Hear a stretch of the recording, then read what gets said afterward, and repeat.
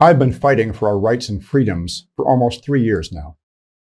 I literally lie awake at night trying to understand the globalist agenda. I have reasoned that if I can understand their plan, if I could really know what it is that they want, then I could figure out ways to counter them, because I would know what they're going to do before they do it. Depopulation and control are not the ultimate goals. They are means to an end. But what end? Most of you know the globalists have been planning this attack upon our rights and freedoms for decades. But why? What do they want? Part of the answer lies in understanding that everyone is the hero of their own story. Are these people sociopathic mass murderers? Of course they are. But they see themselves as our saviors. In part 3 of this series with Mark Davidson, he explains their ultimate goal. This interview, in fact, this entire 3-part series, is the result of an hours-long conversation I had with Mark a few weeks ago. A conversation in which he gave me the key to understanding their entire agenda. And as with all things in the world of these so-called globalist elites, the answer lies with money.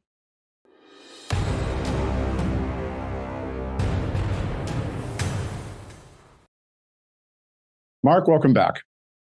Hi, Will. Good to be here. I have to say that of the 3 interviews we're doing, this is the one I've been looking forward to the most. Because, folks, I have understood for a long time that depopulation and control is not the end goal of the globalists. It's a means to an end. But I have to admit, I still hadn't figured out what the end was. And a few weeks ago, Mark and I had a long conversation, and he gave me the answer. Mark, I'm going to let you explain it. Essentially, the problem is that we live in a world of limited resources. And we have a financial system that is run in a way that we have to keep inflation low. As we hear all this talk in the financial media, we might have to control inflation, because if inflation takes off, it will destabilize our financial system. The problem is that when population is growing and you have limited resources, the inevitable results we're seeing now is inflation is going to go up. You've got too many people have too much demands for too few goods, right? That's the simplest explanation we have. Whose population growing right now is actually Asia. That's what's driving the current problem.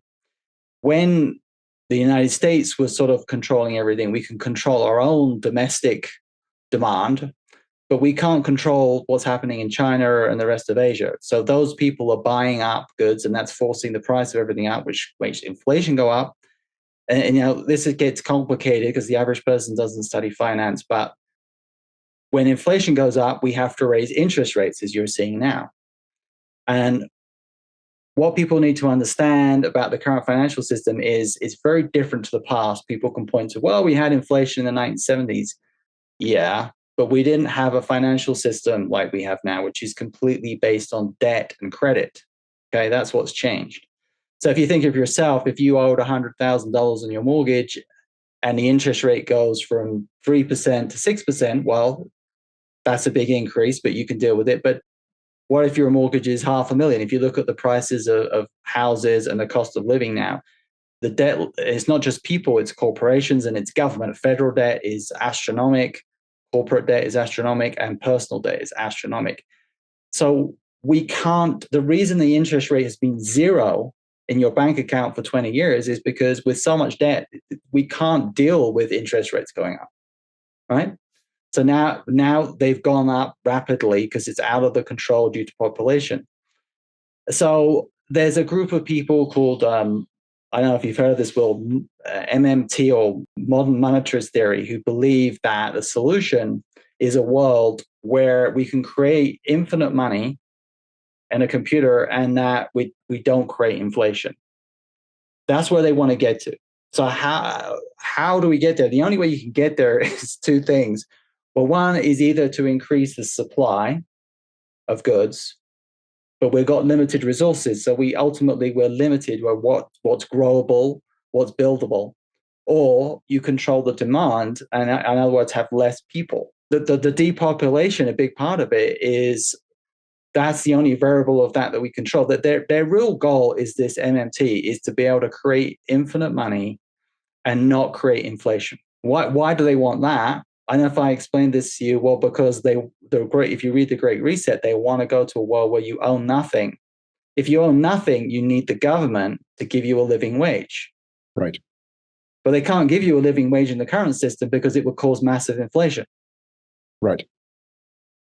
I don't know if that covered all the bases, but that's the simplest. I think we've laid a groundwork, and this is, folks, this is going to be a bit of a complicated conversation because we do have to talk a little bit about financial concepts.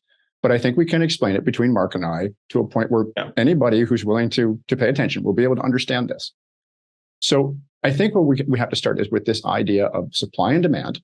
And as you said, they can't control the supply for several reasons. One, as you already pointed out, resources are limited, not as limited as they would like us all to believe, but they are limited. There's only so much oil, there's only so much wheat, there's only so much of anything.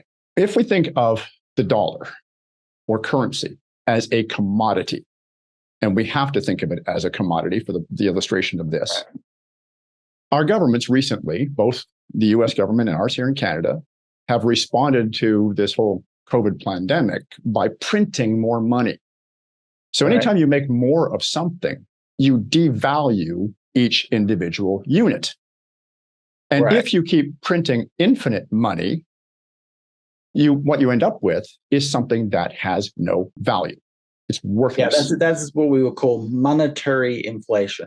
Okay, so that's inflation by the devaluation of the currencies. There's different types of inflation. So you're correct. That's been going on forever. Ever since central banks were created, they've been devaluing the currency. Exactly, and they've been doing that because the vast majority of money that is in circulation is not, in fact, cash. It's debt. Which is created by typing numbers into computers, or in the old days, writing numbers into a ledger. And money, quote unquote, magically appears that the borrower has to pay back principal and interest in cash. And so the more of this that they make, the less valuable each dollar becomes. And so they created this monster a long time ago. We can talk about the creation of the first private central bank in Germany 300 years ago, and the first fractional reserve banking act. But it goes back even farther than that. You can go all the way back to ancient Rome, when the emperors would recall denarii and they would melt them down, and they would say, well, if you give us 10 denarii, we'll give you back 11. Well, how were they doing that? Well, because they were giving them copper or brass cores. And every time they did this, they diluted the amount of silver that was in the denarii. So it's an imaginary system of more money. It's not really more money. They're devaluing it. And so we're seeing the same thing now. Well, let me just say something there that's kind of got us in this mess, because so that comes from a guy who was a famous economist called Milton Friedman in the 80s. So we were having a lot of economic problems. And he came up with this theory. So in the 90s, the measurement of that is called the money supply, was going up and up and up, but inflation was staying low. And these economists were scratching their heads saying, well, what's going on here? How, is monetary theory wrong? And so this is what led to this development of this modern monetary theory, because they say, well, look, it turns out we don't create. This is exactly the point. Well, they don't believe in that. They said, look, it doesn't create monetary inflation, right? But the reason that wasn't happening is that they ignored the fact that we're one country in a global economy. So we were sort of borrowing the disinflation from the rest of the world. The rest of the world was in a sort of deflationary period, and we were borrowing that, and that was masking our monetary. It's getting complicated for people, but it masked that. So now what's happening is that the Asia is going into an inflationary period, and now we're seeing the true effect. That's why, how can it be that we had no inflation all this time and suddenly we have all this inflation? Well, it's not sudden. We're catching up to that monetary effect now. Okay, that's half of it, and the other half is that the supply disruptions that happened with COVID. But really, I don't know how much you want to get into this, but Russia and China have formed an alliance against Europe and the United States, and they have been buying up the world's commodities for several years. So that is pushing on the commodity prices. So it's the two things combined. We're catching up to that monetary inflation you're talking about. So this monetary theory is being totally disproved, yet they're not going to give up on it. No, they're not. I think we have to make a very clear statement that a lot of what Mark and I are doing right now is we're exploring all this from the perspective of the globalists who are making this happen. Do not think for a second that we are in any way sympathetic to what they're doing. We're simply trying to explain it from their perspective. What they're doing is evil and it needs to be stopped. But it's important in psychology to understand that everyone is the hero of their own story. These people at the top, they're not, it's not some cartoon. They're not sitting around in their mountain hold, cackling and rubbing their hands together with glee over the number of people they're killing or crippling with these shots or no, they actually think they're saving the world. But they're doing it in a very self-interested way. Because if you look at this financial crisis that's coming, and it is already happening, it is coming, it is inevitable, it is going to happen because they created a Frankenstein's monster in this monetary system where they could just create infinite amount of money to the point where it was eventually going to become valueless. So what is money to them? It's not what it is to most of us. Money to us is life. We can pay our bills, we can have a home to live in, we can put food on the table. They have so much that all of those basic needs are no longer a factor. To these people, money is no, it doesn't affect. Money is power. That's what it is. And you have to get it out of your heads that to them, they see it as money at all. It's not money, it's power.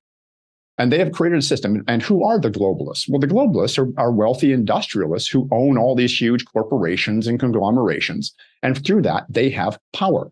And so they saw what was coming, that this inflationary system was going to eventually remove all of their wealth. It doesn't matter if you have trillions, if the dollar is worthless. And so they had to find a way to stop that from happening, to maintain their power. And so the answer, as you've already pointed out, you can't control the supply.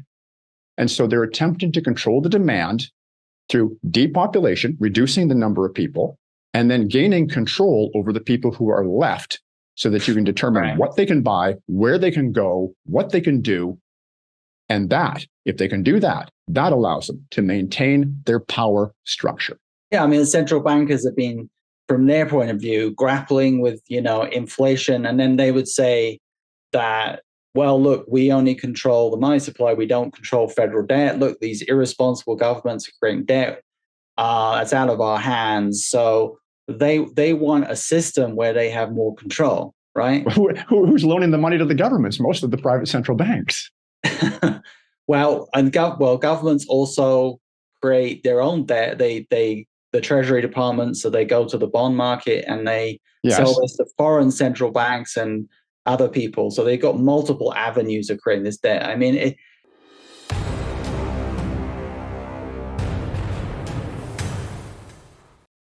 we are working hard to bring people the truth, and you can help just by sharing this interview on your own social media accounts. The more people who know the truth, the less power to sow fear and dissent the globalists will have. Please take just 1 minute to share this interview. If you don't have a social media channel or account to share it to, then please copy the URL above and send it to anyone you know who might be receptive to this message. Fear is the only real weapon the globalists have. But the antidote to fear is not courage, but truth. Because people fear what they don't understand. Please share this interview and help us to spread the truth.